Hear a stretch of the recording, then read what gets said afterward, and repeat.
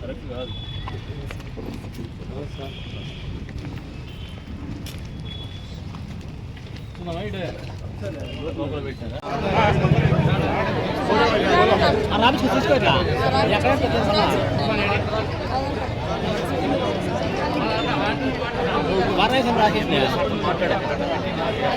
Recommendation మా took ఉండాలి.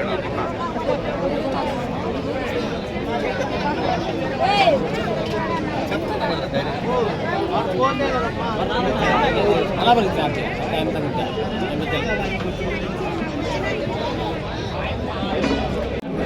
Thank you very much. Yeah, but that's fine. Thank you.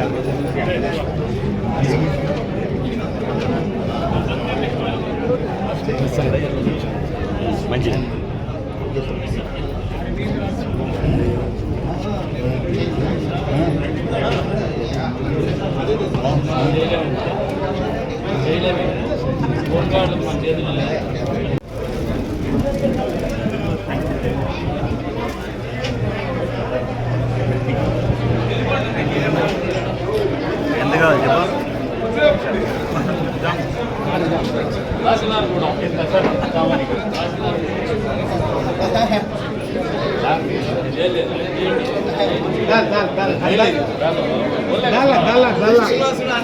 Sir अन्ना कैसा बोलता था उनको भी खड़ा कर लो बाजू में.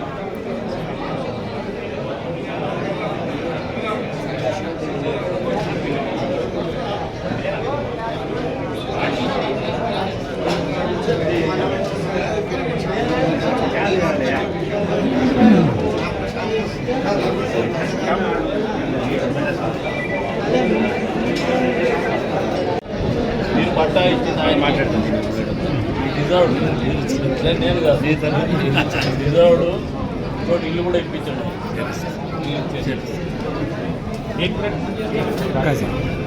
జర్రది జర్రది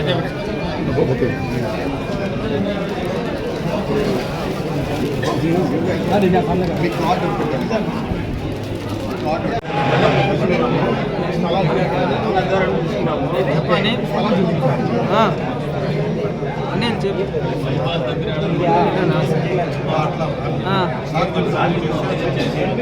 చేసినావా?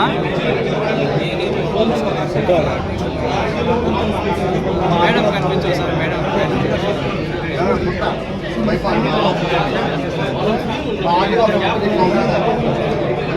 అనిల్ మేడం కనిపించవు సార్. ఆడ కుట్టినావా? పైన కుట్టినావా? కింద కుట్టినావా? ఎక్కడ కొట్టావు? గర్భాల్లో కొట్టావా?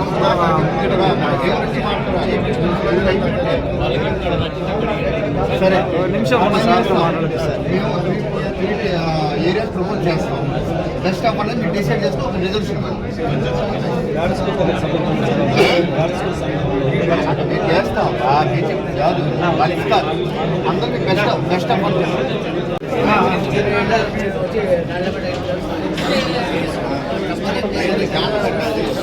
బాబు గాట్ల పెట్టి ఎంఆర్ఓ గారు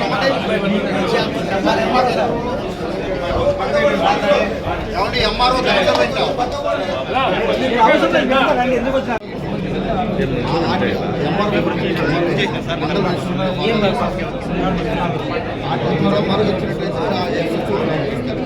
మదర్ ఎక్స్క్యూజ్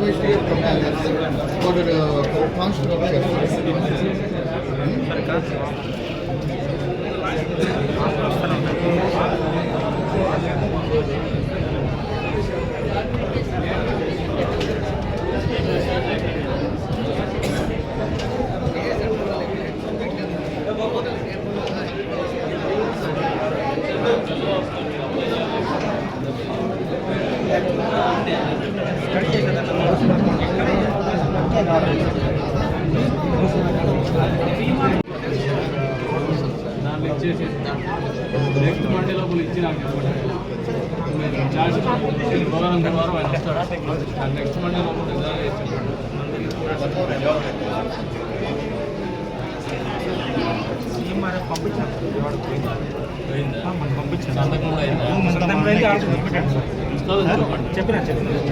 అన్నయ్యకి ఇస్తున్నాడు పాస్బుక్, అది క్యాన్సిల్ ఆర్డీఓ కోర్టులో కానీ ఉంది సార్. ఇది జిల్లా కలెక్టర్కి కానీ ఇచ్చిన సార్, ఇది జిరాక్స్ చేసిన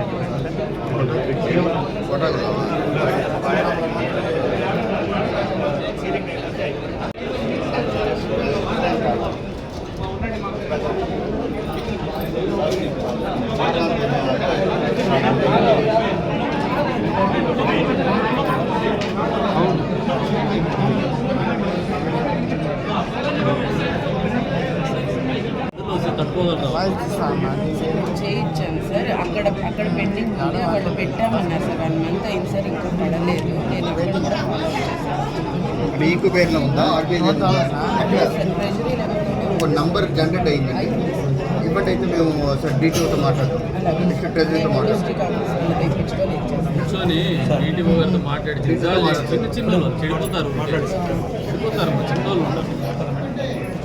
చంద్ర గారు డీటీఓతో మాట్లాడితే ఆ నంబర్ జనరేట్ అయింది లేదా స్టాటస్ చెప్పేస్తారు. వాళ్ళకి ఒక అవగాహన వస్తుంది, రైట్ ఈ పొజిషన్ వస్తుంది. సీఎంఆర్ఎఫ్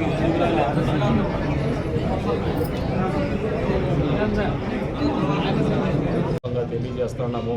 అందుకే చెప్తున్నాను జగన్మోహన్ రెడ్డి గారికి, పదే పదే రాజకీయాల్లో నిబద్ధత కోసం మాట్లాడుతున్నారు, ఇంటెగ్రిటీ కోసం మాట్లాడుతున్నారు. సొంత చెల్లెలు మాట్లాడుతుంది, నీ ఇంటెగ్రిటీ ఏందని ప్రశ్నిస్తాను. జగన్మోహన్ రెడ్డి మొదట వాళ్ళ చెల్లెల్ని ఈయన ఇంటెగ్రిటీ ఏదో చెప్పుకోగలిగితే మళ్ళీ ప్రజలకు కానీ మమ్మల్ని కానీ ప్రశ్నించవచ్చు, లేదంటే ఆయన విడిచిపెట్టిపోయినటువంటి విజయసాయిరెడ్డిని కానీ మిగతా నాయకుల గురించి కూడా తెలియజెప్పుకోవచ్చు. అంతేగాని ఈ రోజున మతి భ్రమించి మాట్లాడుతున్నాడు జగన్మోహన్ రెడ్డి.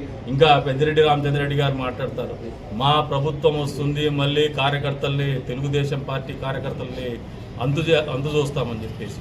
గతంలో 5 సంవత్సరాలు మీకు అవకాశం ఇచ్చారు, మీరు చూస్తామనే ఆలోచనతో చేసినటువంటి ప్రయత్నాలే మీకు 11 సీట్లు ఇచ్చినాయి.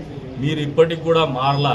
మీరు ఇప్పటికీ అదే దూరంతో ముందుకు పోతే ఆ 11 పక్కల ఒక సీటు కూడా ఒకటి పోయేసి ఇంకొక సీటే మీకు మిగులుతుందేమో అని చెప్పేసి కూడా ఈ సందర్భంగా పెద్దిరెడ్డి రామచంద్రారెడ్డి గారికి, జగన్మోహన్ రెడ్డికి, వైఎస్ఆర్సీపీ పార్టీ నాయకులకు, వాళ్ళ కార్యకర్తలు కూడా తెలియజెప్తున్నాం. మీది ముగిసిన అధ్యాయం. మీకు నిజంగా ప్రతిపక్ష పాత్ర హోదా కూడా దక్కలేదు. అందుకనే అసెంబ్లీకి మీరు రాలేనటువంటి పరిస్థితి. నాయకుడు అనేవాడికి చిత్తశుద్ధి ఉంటే, జగన్మోహన్ రెడ్డికి చిత్తశుద్ధి ఉంటే, వైఎస్ఆర్సీపీ పార్టీకి చిత్తశుద్ధి ఉంటే అసెంబ్లీకి వచ్చి, అసెంబ్లీకి ఇప్పుడు వచ్చే రోజుల్లో బడ్జెట్ సెషన్ స్టార్ట్ అవుతుంది, బడ్జెట్ సమావేశాలకైనా వచ్చేసి ప్రజల తరఫున మీకు ఇచ్చినటువంటి పాత్రను పోషించు. కనీసం మీకు ఎమ్మెల్యేగా, ప్రతిపక్షంలో ఒక ఎమ్మెల్యేగా మిమ్మల్ని గెలిపించినటువంటి పరిస్థితుల్లో కనీసం మీ నియోజకవర్గ సమస్యల మీద అయినా అసెంబ్లీలో మీకు గలం విప్పమని చెప్పేసి వాళ్ళకు హితవు పలుకుతా ఉన్నారు. అంతేగాని వచ్చే మళ్ళీ మేమే అంత చూస్తాం, మళ్ళీ మేమే వస్తాం. ప్రజాస్వామ్యం ఇది. ఈ రకంగా విర్రవీగిన వాళ్ళంతా కాలగర్భంలో కలిసిపోయారు. జగన్మోహన్ రెడ్డి అంతకంటే అతీతుడేం కాదు. ఇప్పటికైనా ఒళ్ళు దగ్గర పెట్టుకోండి. గతంలో ప్రజలు తీర్పునిచ్చినారు, హెచ్చరిక జారీ చేసినారు. నువ్వు అతిగా ప్రవర్తిస్తే, మితిమీరి ప్రవర్తిస్తే, దురాశతో ప్రవర్తిస్తే, ప్రజల్ని విస్మరిస్తే, ప్రజా సంక్షేమాన్ని విస్మరిస్తే, రాష్ట్ర అభివృద్ధిని విస్మరిస్తే నీకు గుణపాఠం చెప్తామని చెప్పేసి గత సార్వత్రిక ఎన్నికల సందర్భంగా 11 సీట్లు నీకు ఇవ్వడం జరిగింది. ఇప్పుడు కూడా మీ ధోరణి కానీ, మీ ఆలోచన కానీ ఇదే ఉంటే భవిష్యత్తులో మీరు ఎన్నికల్లో పోటీ చేయడానికి కూడా మీకు అభ్యర్థులు దొరకనటువంటి పరిస్థితుల్లోనే రాజకీయాలు చేస్తారని చెప్పేసి కూడా తెలియజెప్తున్నాం. ఇంకా నీకు ఆ రకమైనటువంటి ఆలోచనలు ఉంటే తొందరలోనే స్థానిక సంస్థల ఎన్నికలు కూడా రాబోతున్నాయి. ఖచ్చితంగా స్థానిక సంస్థల ఎన్నికల్లో మీ బలం ఏదో రుజువు చేసుకోండి. మీకు చెప్తున్నాను, 0 సీట్లు మాత్రమే వస్తాయి వచ్చే స్థానిక సంస్థ ఎన్నికల్లో అన్ని విభాగాల్లో కూడా అని చెప్పేసి కూడా తెలియజెప్తున్నాం. ఈ ప్రభుత్వం అనేది మంచి ప్రభుత్వం, మనసు ఉన్నటువంటి ప్రభుత్వం, బాధ్యత కలిగినటువంటి ప్రభుత్వం, ప్రజా సంక్షేమము, రాష్ట్ర అభివృద్ధి పరమావధిగా పనిచేస్తున్నటువంటి ప్రభుత్వాన్ని మళ్ళొకసారి తెలియజెప్తూ ఈ రోజున ఈ ఏదైతే వినతులు వచ్చినాయో వీటన్నిటికీ 100కు 100% పరిష్కారం చూపిస్తామని చెప్పేసి కూడా తెలియజేస్తాను. అధికారులందరూ కూడా దీంట్లో భాగస్వామ్యులైనారు. వాళ్ళందరికీ కూడా ఒకటే చెప్తాను, మంచి చేయండి, కష్టపడండి, ప్రజలకు జవాబుదారీగా ఉండండి. రాజకీయ నాయకులము అధికారంలోకి వస్తుంటాం, పోతుంటాం. అధికారం అనేది శాశ్వతం కాదు. ప్రజలు శాశ్వతము, ప్రజా సమస్యలు శాశ్వతము, ప్రజా సమస్యల వేదికలు శాశ్వతంగా ఉండాలా. వాళ్ళకి మంచి చేయాలనే ఆలోచనతో నిరంతరం మీరు కూడా ఇదే రంగంగా కూర్చుంటే భవిష్యత్తులో మీకు కూడా వాళ్ళ కష్టాలు తెలుస్తుంది. పేదలు ఏమి ఇబ్బంది పడుతున్నారో తెలుస్తాయి, వాళ్ళు ఎవరికి చెప్పుకోలేనటువంటి పరిస్థితులు ఏ రకంగా ఉన్నారో తెలుస్తాయి. కొంతమందిని గమనించినాం, వాళ్ళు కనీసం 100% వాళ్ళ దగ్గర డిజబిలిటీ సర్టిఫికేట్ ఉన్నా కూడా వాళ్ళు అప్లై చేసుకోలేనటువంటి పరిస్థితిలో ఉన్నారు. అప్లై చేసుకున్న ఆన్లైన్లో ఇంకా అవ్వలేదు, దాని వెరిఫికేషన్ జరుగుతుందనే కనీస ఇన్ఫర్మేషన్ కూడా విషయం కూడా వాళ్ళకి తెలియనటువంటి పరిస్థితుల్లో వాళ్ళు ఉన్నారంటే అంత అమాయకంగా ప్రజలు ఉన్నారు. వాళ్ళ కోసం పనిచేయాల్సినటువంటి బాధ్యత అధికార పార్టీ సభ్యులుగా మా మీద, అధికారులుగా మీ మీద ఉందని చెప్పేసి కూడా అధికారులు కూడా తెలియజెప్తున్నాం. అధికారులను కూడా సమన్వయం చేసుకుంటూ వాళ్ళ సమస్యల పరిష్కారానికి ఖచ్చితంగా ముందుకు పోతామని చెప్పేసి కూడా తెలియజేసుకుంటూ ఈ రోజున ఇంత ఉదయం నుంచి కూడా మాతో పాటు కష్టపడి పనిచేసిన ప్రతి ఒక్కరికి కూడా మనస్ఫూర్తిగా ధన్యవాదాలు తెలుపుకుంటూ మరొకసారి ప్రజలందరికీ తెలియజేస్తాను, మేము పనిచేయడానికి సిద్ధంగా ఉన్నాం. మీరు కూడా సామాజిక బాధ్యత పౌరులుగా మీరు ఊరిలో కనీసంగా పాటించాల్సినటువంటి బాధ్యతలు కూడా ఒక విషయ పరిజ్ఞానాన్ని పెంచుకోమని చెప్పి ఇది కూడా తెలియజేసుకుంటూ సమస్యలు అనేటివి ఎప్పటికప్పుడు కొత్త వచ్చినా పరిష్కారం చేసుకుంటూ ముందుకు పోతామని చెప్పేసి కూడా తెలియజేసుకుంటూ పనిచేసిన ప్రతి ఒక్కరికి కూడా మనస్ఫూర్తిగా ధన్యవాదాలు తెలుపుకుంటాం. కదిర్ రోడ్డు ఇది సంవత్సరాలుగా పెండింగ్ ఉన్నటువంటి రోడ్డును తీసుకొచ్చాం. ఇచ్చినటువంటి మాట మేరకు గత ప్రభుత్వ హయాంలో కూడా నెరవేర్చలేనటువంటి కళ అంద్రినివా మెయిన్ బ్రాంచ్ కెనాల్ ద్వారా కొండారెడ్డి చెరువును కూడా నీళ్ళతో నింపినాం. అంతేకాకుండా మొన్నటికి మొన్న గాండ్లపెండకు కూడా నీళ్లు ఇస్తామన్నాం. ఏదైతే గత ప్రభుత్వ హయాంలో కేవలం ఒక కంటి తుడుపు చర్యగా గాండ్లపెంట మండలానికి 46 కోట్ల చిల్లర రూపాయల అడ్మినిస్ట్రేటివ్ శాంక్షన్ ఇచ్చేసి ఎలక్షన్ల అవసరాలు గడుపుకుందామని వాళ్ళు ఆలోచన చేస్తే ఈ ప్రభుత్వం వచ్చిన తర్వాత గత ప్రభుత్వ హయాంలో మొదలుపెట్టినటువంటి పనులు కానీ, నాట్ స్టార్టెడ్ వర్క్స్ కానీ, 25% బిలో ఉన్నటువంటి వర్క్స్ కానీ పూర్తి స్థాయిలో రద్దు చేసినటువంటి పరిస్థితుల్లో కూడా నిన్నటి లేక మొన్న నీటిపారుదల శాఖ మంత్రి గారి సమావేశం పట్టుబట్టి మరి గాండ్లపేట మండలంలో ఏదైతే గతంలో అడ్మినిస్ట్రేటివ్ శాంక్షన్ వచ్చిందో ఆ పని ఎక్కడ కూడా ఆపొద్దు, ఆ పని ముందుకు తీసుకోవాలని చెప్పేసి మంత్రి గారితో ఎండార్స్మెంట్ చేసి ముందుకు తీసుకోవడం జరిగింది. అంతేకాకుండా కదిరి నియోజకవర్గంలో మార్చిలో నరసింహస్వామి తిరణాలు మొదలవుతాయి, వినాయక చవితి వస్తుంది, వచ్చినప్పుడల్లా ఊరంతా కరెంటు తీసేటువంటి కార్యక్రమం. దీన్ని కూడా మేము వస్తూనే అడ్రస్ చేస్తామని చెప్పాం. నిన్నటికి నిన్న ప్రభుత్వము తిరువీధుల్లో ఉన్నటువంటి కరెంటు తీగల్ని కావచ్చు, విద్యుత్ లైన్లని పూర్తి స్థాయిలో భూగర్భ విద్యుత్ లైన్లుగా మార్చడానికి ఒక నిర్ణయం తీసుకుందని చెప్పేసి కూడా తెలియజెప్తున్నాం. తొందరలోనే కార్యరూపం కూడా తాలుస్తుంది. వచ్చే వినాయక చవితికి ఎక్కడ కూడా కరెంట్ అంతరాయం ఉండదు. దాదాపు ఈ బ్రహ్మోత్సవాలకే మేము ఆలోచన చేసుకుంటున్నాము. సమయాభావం ఉంది. At any given point of time ఒకవేళ బ్రహ్మోత్సవాలకు పూర్తి కాకపోయినా కూడా వచ్చే వినాయక చవితికి అయితే పూర్తి స్థాయిలో ఆ సమస్యను కూడా తొలగిస్తామని చెప్పేసి కూడా ఈ సందర్భంగా తెలియజేస్తున్నాం. అంతేకాకుండా గ్రామాల్లో పెద్ద ఎత్తున రోడ్లకు డబ్బులు ఇచ్చిందాం. ఉపాధి హామీ పథకం కింద దాదాపు 21 కోట్ల రూపాయలు ఈ నియోజకవర్గంలో ఖర్చు పెట్టాం.